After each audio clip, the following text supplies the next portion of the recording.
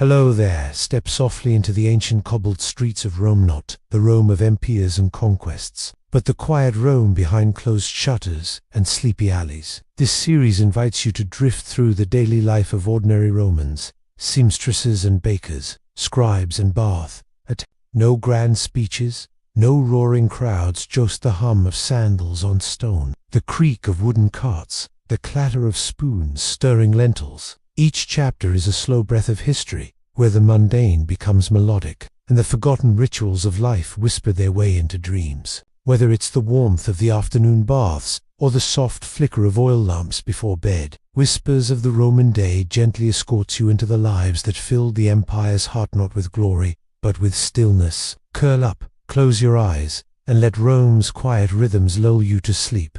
Long before the city stirred, the rooftops of Rome glowed softly under the blush of morning light. Terracotta tiles, still cool from the night air, held the silence like a secret. Far below, the cramped apartments of a crumbling insula clung to one another like sleepy neighbors. Her husband, Lucius, snored quietly next to her, his breath rhythmic like a metronome of the mundane. Below them, the bakery had already begun its day, the scent of rising bread creeping through cracks in the stone. In a narrow room on the 4th floor, Flavia, seamstress by trade, blinked awake to the sound of pigeons flapping and distant hooves echoing off cobblestone. Her straw mattress crunched slightly as she shifted, fingers tracing the grain of the wooden frame beside her. She inhaled. It was going to be another long day filled with tunics, thread, and tired feet. A single oil lamp flickered dimly, casting soft shadows on faded plaster walls. The small space smelled faintly of wax and lentils. Flavia stood slowly, careful not to wake the children. She opened the wooden shutter with a squeak, letting in the lavender light. Across the alley, an old man watered his geraniums on a creaky balcony, nodding absently to the world. Rome was awakening, and she was already part of the hum. Her eyes found the dome of the Temple of Jupiter in the distance, bathed in dawn haze, majestic, silent, indifferent to the trivial chores ahead. But for now, the quiet stretched like soft wool, gentle, slow, ancient. The sun peeked through the alleyways, turning dust into gold flecks that danced above uneven stone. By the corner of the Vicus, the scent of baking bread curled through the air, warm, heavy, and unmistakably Roman. The Pistrina, a modest neighborhood bakery nestled between a blacksmith's forge and a perfumer's stall, had opened its arched wooden door. His tunic, patched but clean, swayed slightly as he leaned on a walking stick fashioned from olive wood. In front of him, a teenage boy counted coins twice, unsure if he could afford the larger loaf. Behind Gaius, a woman in a blue shawl whispered a prayer to Ceres, goddess of grain. A toddler reached for her mother's piece, and across the street, a scribe scribbled notes about the prices for tomorrow's market.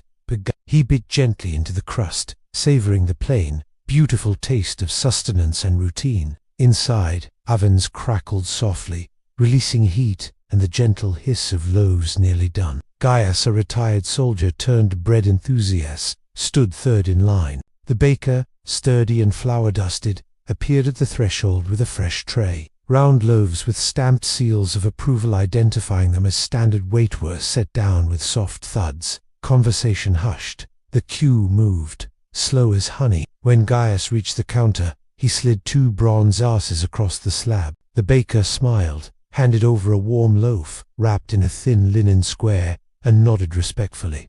No flourish, just bread. Outside, pigeons pecked crumbs near the gutter. The empire might stretch to deserts and seas, but here, in the queue, life was quiet, warm, and gently predictable. Before the city fully shook off its morning yawn, a low groan echoed from the street below. The wheels of a cart, wooden and weary, creaked past rows of moss-stained stone. Near the edge of the castellum, where Rome's aqueduct water was portioned and stored, a young slave named Marcia stood quietly with 2 large clay jugs. Her feet, dusty from the walk, remained planted on the cold marble, while her eyes followed the graceful arc of water streaming from a lioness-mouth spout. But Marcia noticed everything: the drips on the basin's edge, the shimmer of sunlight on liquid, the faint hiss of coolness where it met warm Roman air. The aqueduct, an ancient lifeline, whispered with pressure. Water rushed silently through stone tunnels from hills miles away, so dependable, so soft in sound that most Romans never thought twice about it. She wiped her hands on her tunic, lifted the first jug beneath the spout. It filled slowly, murmuring as if telling forgotten stories.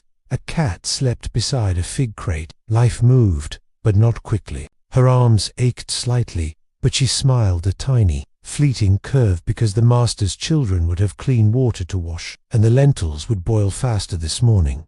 Nearby, an old man sharpened a blade. The water sloshed inside like whispering secrets. As she walked away, the spout continued its song, endless, ancient, and gentle. Once both jugs were full, Marcia balanced them carefully on her shoulders using a yoke.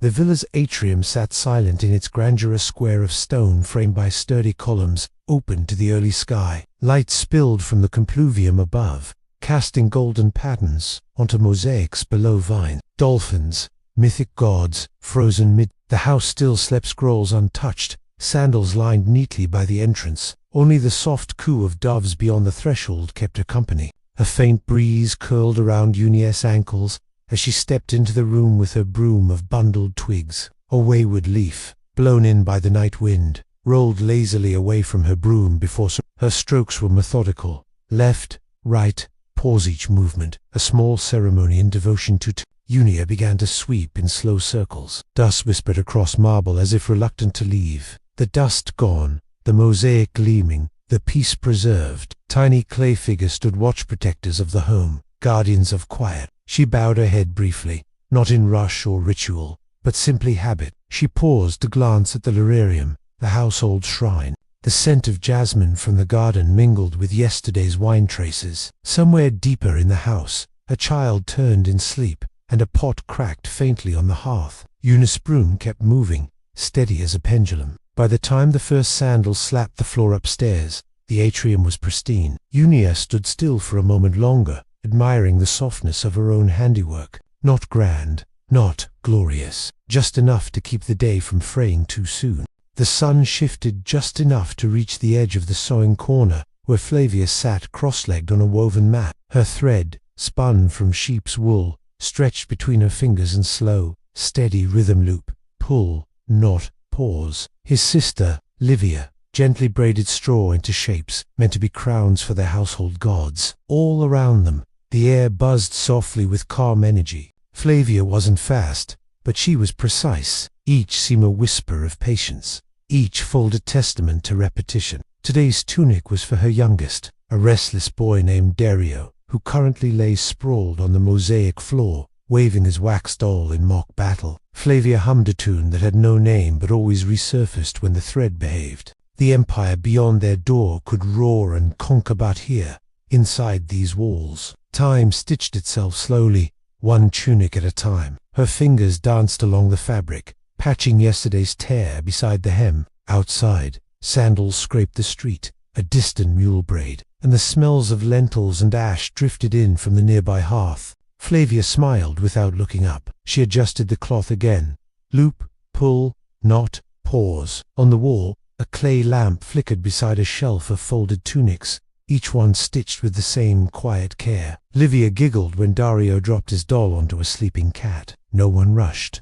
The sun stood high over the tiled rooftops, casting short shadows on the forum's columns. Outside his modest Tabernianera shop, tucked between a dyer's stall and a sleepy body, the merchant sighed and pushed aside his wax tablet. The morning had seen 4 customers, 1 for a clay oil lamp, 2 for lengths of linen, and 1 for a spool of thread who argued about its thickness for half an hour. Now the street was quiet, dust swirling lazily. Conversations faded into the heat. Lucius leaned against the doorframe, a wooden stool beneath him, and reached for his bowl of grapes. A scroll unfurled on the counter. Half-read? Lucius didn't feel like selling. He wasn't lazy, just lulled by the rhythm of sun, silence, and familiarity. They were soft and sweet, picked from the countryside 3 days ago. He popped one between his teeth and watched the world slow. Across the way, a woman fanned herself with a folded receipt. A boy chased a pebble with no purpose. From an upper balcony, someone sang a slow tune, perhaps half. A pigeon landed nearby. No one moved quickly. The day wouldn't allow it. Inside the shop, clay pots and woven baskets sat in still rows, untouched. He stretched his legs, grape bowl beside him, and closed his eyes, not to sleep but to savor the sound of sandals scuffing stone, of Rome breathing, of nothing demanding his attention. Midday in the taberna was never busy, but it was always just right.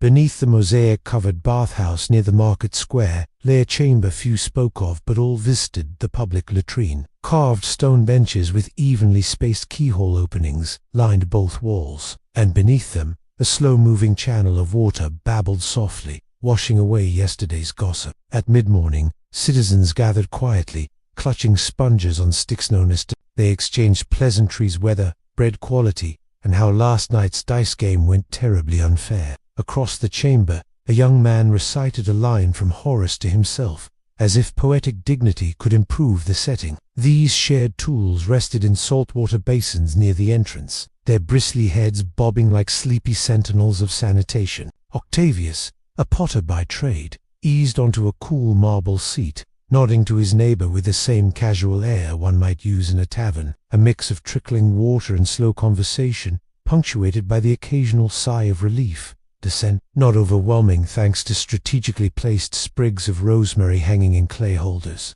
The hum. When Octavius finished, he dipped the sponge into its bowl, rinsed thoughtfully, and replaced it for the next soul. No flush, no fanfare, just dignity preserved in the rhythm of shared routines. Outside, the world was loud, but inside the latrine, people were equal, sitting side by side in stone silence, letting time and water wash gently past. The schoolroom was Senti, a grand hall. It was the shaded corner of a wealthy patroness courtyard, bordered by clipped hedges, and echoing softly with rest. 5 children, seated on low stools, clutched wax tablets close to their chests, like secret treasures. He tapped his stylus once, twice, on a wooden board. One boy yawned. Midst, a girl dropped her tablet with a soft thud, then giggled behind her hand. "Repeat," he said, barely louder than a whisper. The tutor, a freedman named Crispus, sat beneath a fig tree with a stern look and sleepy eyes.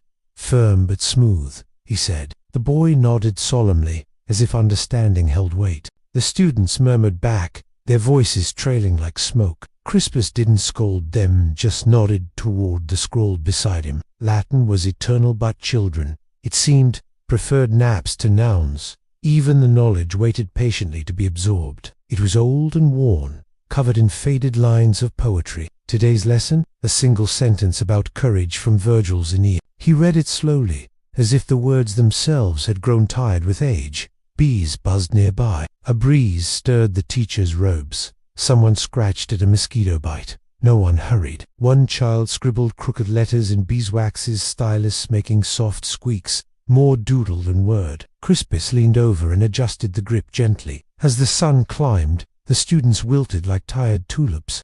The sun had softened just enough to turn the marketplace golden. Beneath a linen canopy striped in faded reds, 2 older men stood beside an amphora, labeled Oleum Verde green olive oil, pressed from last week's harvesting.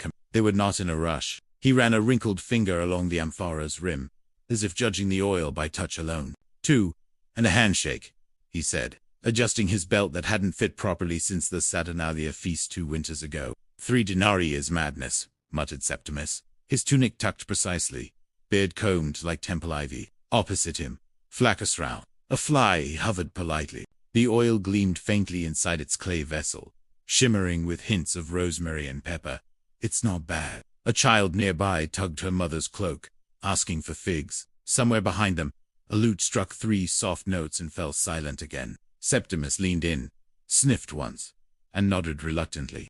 "It's excellent," Flaccus replied, not with pride but with the shrug of a man who has lived through too many harvests to lie. They agreed on 2.5 denarino contract, just a slow handshake and a satisfied grunt. The coin clinked gently, the amphora was hoisted, and both men stood quietly for a moment, as if olive oil had always been Rome's true currency of peace.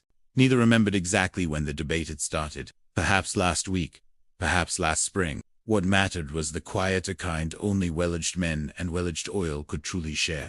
Morning light clung to the surface of the Tiber, soft and golden, rippling gently as the breeze pushed the river westward. The Bancamuti, pebbled and dotted with patches of mintoise, already speckled with linen, tunics, and chatter. A row of women knelt at the water's edge, sleeves rolled, skirts damp at the hem. Their arms moved in slow, synchronized rhythm. Dip, scrub, rinse, repeat. A nearby basket overflowed with sopwood, its foamy suds ready to tackle even the stubborn grime of market dust and tavern wine. She wrinkled her nose, but didn't complain. This scent, after all, meant a job done properly. The stones beneath their knees held stories. The water took no sides. Claudia, youngest of the group, poured a ladle of warm water from a clay pot into a wooden trough, already steeped with ash and fermented urinde, ancient Roman recipe for clean clothes. Next to her, an older washerwoman sang a quiet tuna lullaby from her childhood,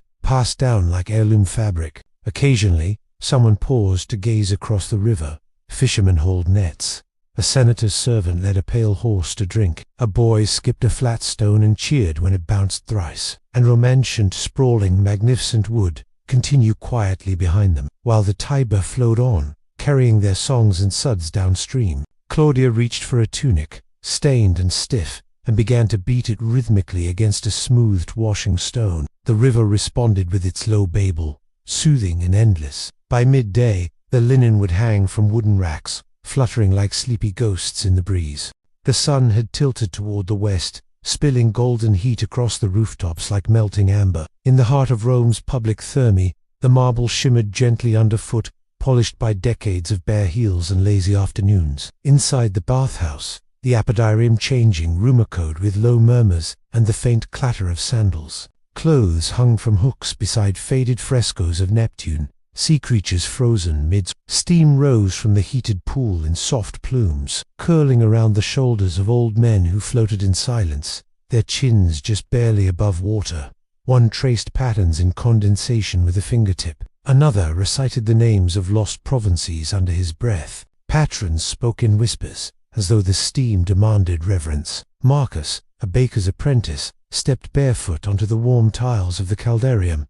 The water embraced Marcus slowly. His tired limbs dissolved into weight. Nearby, a servant ladled cool water onto hot stones, releasing gentle hisses that echoed like lullabies. Oil lamps flickered in recesses, their flames steady, their light soft as sleep. A boy giggled softly as bubbles formed from his sponge, then lost interest and floated on his back, eyes lost in tiled dreams. A flute player somewhere in the adjacent chamber blew a wandering tune, not for performance but for presence. The ceiling arched high above mosaics of dolphins, shells, and curling vines painted in hues of seafoam and dusk. In the corner of the pool, two women spoke in low Latin, comparing different types of olive soap. Marcus closed his eyes. The empire didn't matter here. Neither did ambition, coin, or duty. Just warmth, breath, and the gentle push and pull of water carrying memory. The marketplace that once rang with the jangle of coins and calls of vendors now softened into stillness. Stalls stood partly shuttered, their awnings fluttering like sleepy birds ready to perch for the night. Each fig plump, purple, and overlooked, was returned to its crate with care, not resentment. His broom made soft rhythms against the stone, a closing song to a slow day. Nearby, An Fairy sat untouched, glistening faintly in the falling sun. "Tomorrow will bring better appetite," she whispered, more to the figs than to herself. A stray dog curled beneath a cart, tail twitching in dreams, and above it all, the sky transformed pink, then amber, then a cooling slate. Cassia, a fig seller with a basket woven from reeds, stacked her unsold fruit with methodical grace. Across the square, a spice merchant swept coriander seeds that had scattered like forgotten ambitions. The market had nothing more to sell, and she had nothing more to offer, just the quiet companionship of lanterns flickering to life. Two boys chased a beetle between booths, their laughter muted by distance and dusk. Cassia glanced at the Temple of Mercury, patron of commerce, whose statue stood with arms open, welcoming or weary. She could never decide. She tied her basket shut with a frayed ribbon, wiped fig juice from her palms, and let out a long, soft breath. Behind her, the marketplace exhaled. Rome slowed, and somewhere in the shadows between empty stalls and half-packed crates, peace settled like twilight dust. The scribe's chamber was narrow but orderly, nestled behind a spice shop whose strong aromas barely seeped past the door. Lucilla, the young scribe, sat by the window where filtered sunlight pooled on a wooden table worn smooth by generations of thought. Her stylus, carved from bone, gleamed softly in the light, its pointed end ready to press meaning into stillness. Before her lay a wax tablet, its surface dark, cool, and faintly scented with honey. She dipped it delicately into the wax, testing the texture, then began. Each stroke etched shallow furrows.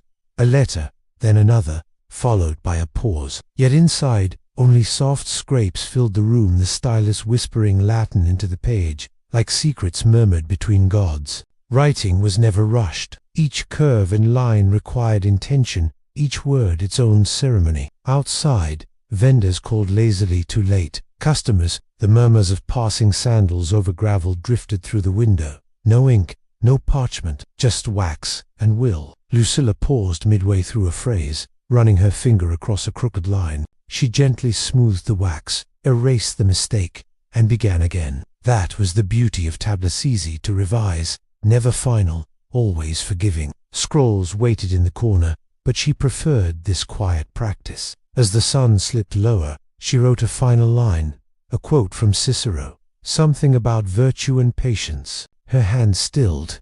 The tablet glowed faintly in dusk. She smiled, not for the content but for the moment, preserved in beeswax, shaped by silence. The hearth crackled gently in the corner of the Kalina, its fire small but steady, coaxing tiny bubbles to rise in a clay pot of simmering lentils. The aroma of leek and garlic twisted into the air, mingling with traces of ash, time, and patience. Her fingers moved from spice bowl to pot in practiced choreography: pinch, stir, taste, nod. A wooden spoon swirled slowly, tapping against the edge with every turn, like the heartbeat of dinner. Aurelia, the matron of the household, stood with her sleeves tied high. Beside her, a servant peeled onions with methodical calm, dropping papery skins into a basket lined with fig leaves. In a corner, two children quarreled softly over which herb was sacred to Minerva. A small amphora of oil stood nearby, its surface cool, its contents golden. Aurelia drizzled a few drops into the pot, then adjusted the flame with a sigh born from years of feeding both stomachs and stories. Their voices, like distant sparrows,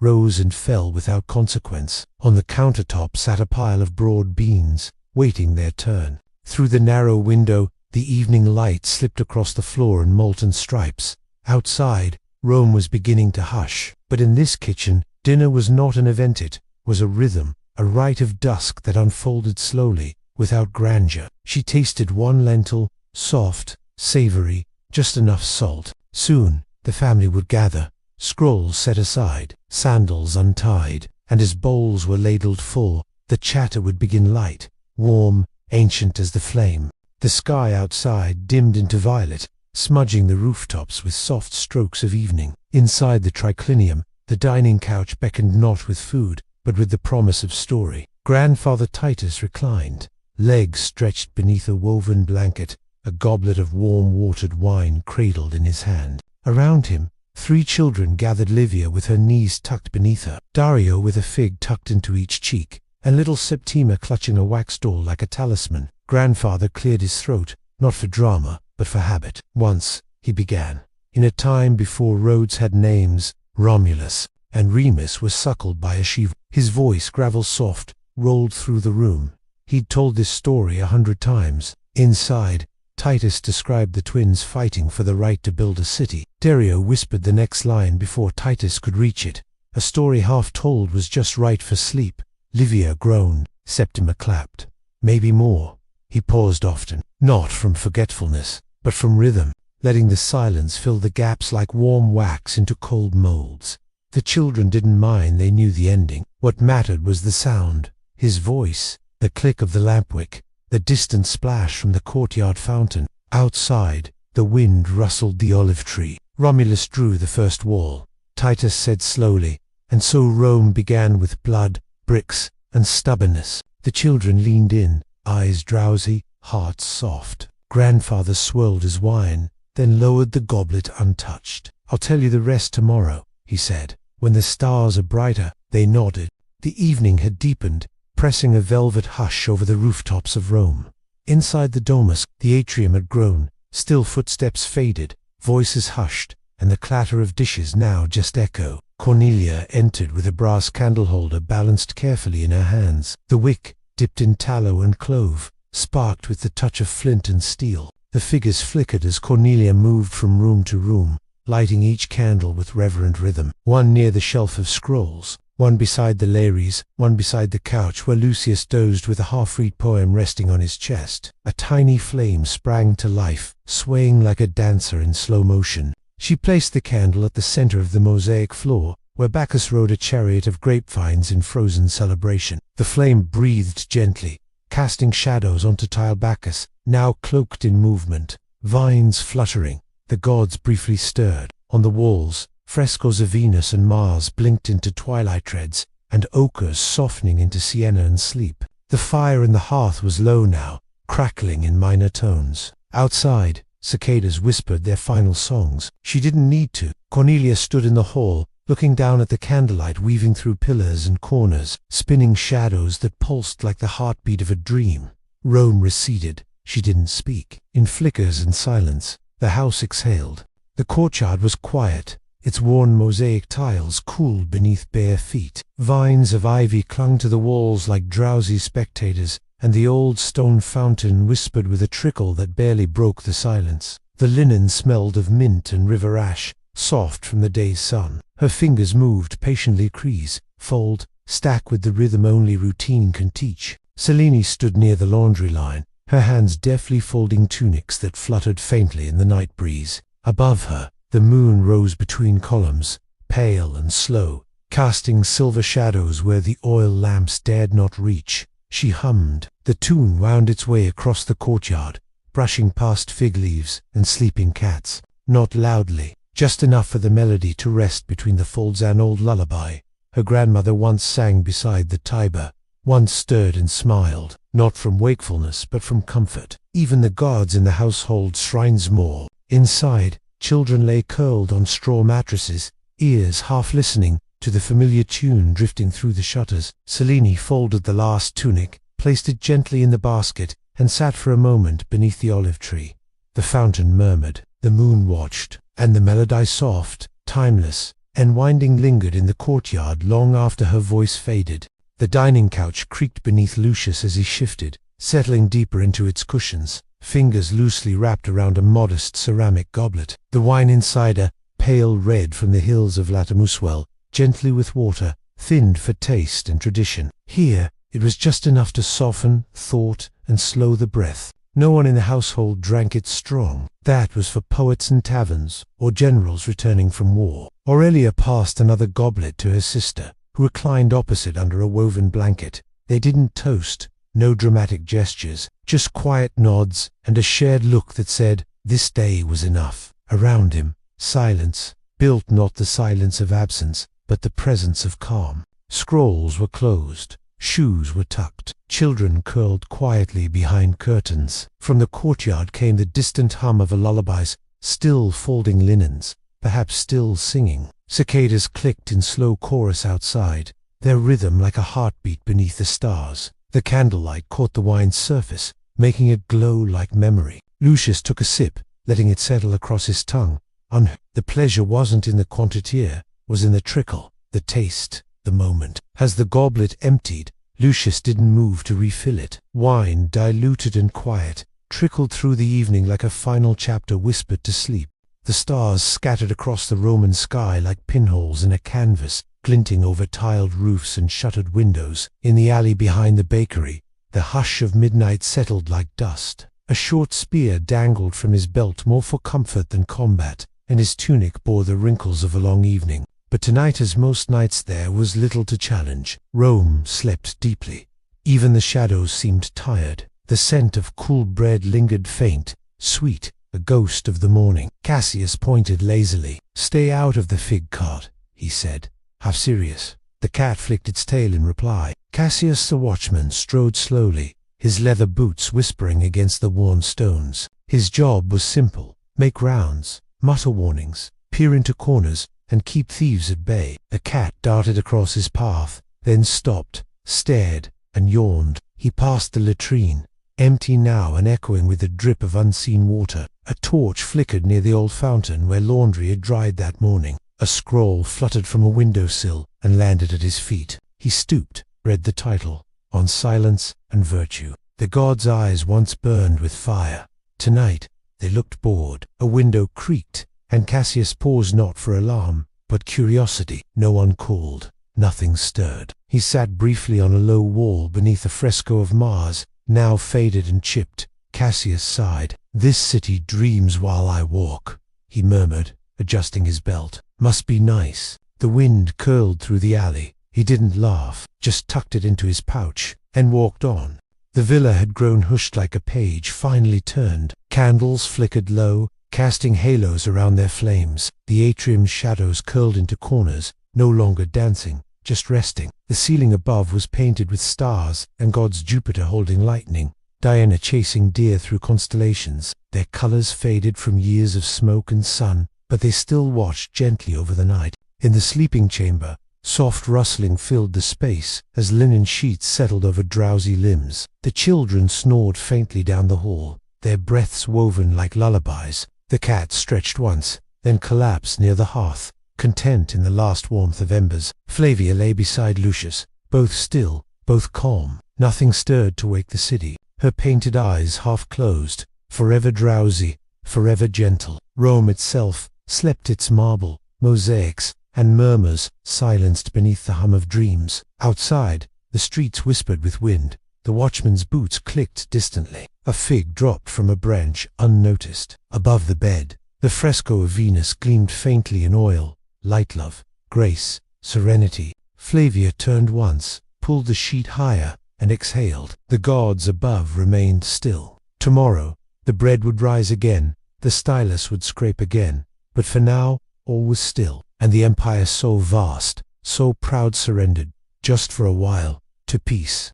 The scribe's chamber nestled quietly behind the basilica, its wooden shutters cracked open just enough to let in a lazy beam of light. Scrolls lined the shelves in careful row. Seneca, Cicero, poetry, all breathing softly in the warmth. Aurelius, the temple's junior scribe, sat hunched over his desk. His quill dangled between two fingers, its tip stained with yesterday's ink. He had begun copying a verse from Horace just after the midday meal, but somewhere between virtue and valor, sleep crept in like mist. His head nodded forward twice, slowly before settling gently onto his parchment. He stirred eventually, rubbed his eyes, stared at the inkblot, and smiled. A drop of ink bloomed across the scroll, like a miniature eclipse. His breath, even and slow, stirred the edge of a nearby wax tablet.